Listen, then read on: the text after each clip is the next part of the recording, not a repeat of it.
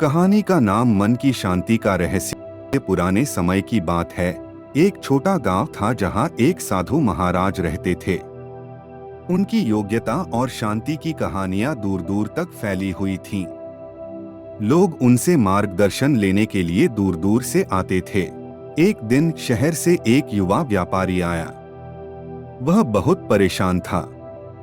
उसके मन में अशांति थी और वह मानसिक शांति की खोज में था।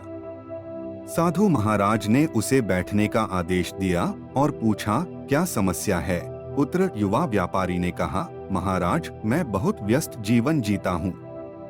मेरे पास बहुत धन है, परंतु मेरा मन कभी भी शांत नहीं रहता।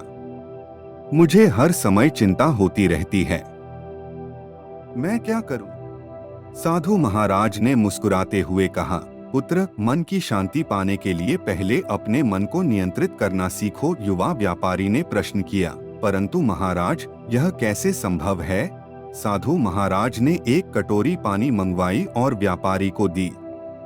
उन्होंने कहा, इस कटोरी को बिना पानी गिराए मेरे आश्रम के चारों ओर घुमा। यदि पानी गिरा तो तुम्हें वापस आना पड़ेगा। युवा व्यापारी ने कटोरी ली और चल पड़ा। उसने पूरी ध्यान और सतर्कता से कटोरी को पकड़ा और पूरे आश्रम के चारों ओर घुमा दिया।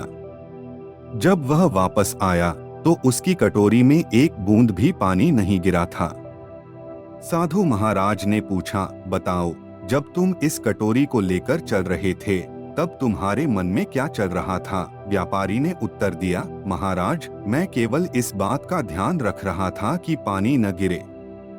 मेरे मन में और कोई विचार नहीं था।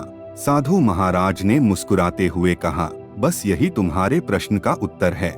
जिस प्रकार तुमने इस कटोरी पर अपना पूरा ध्यान केंद्रित किया। युवा व्यापारी ने सिर हिलाया और कहा, महाराज, मैंने समझ लिया। मन को नियंत्रित करना ही मानसिक शांति का रहस्य है। साधु महाराज ने आशीर्वाद देते हुए कहा, सच्ची शांति भीतर से आती है। अपने मन को शांत रखो, विचारों को नियंत्रित करो और तब ही तुम्हें मानसिक शांति प्राप्त होगी। उस दिन से युवा व्यापारी ने साधु महाराज के उपदेश का पालन करना शुरू किया और धीरे धीरे उसने अपने जीवन में मानसिक शांति प्राप्त कर ली।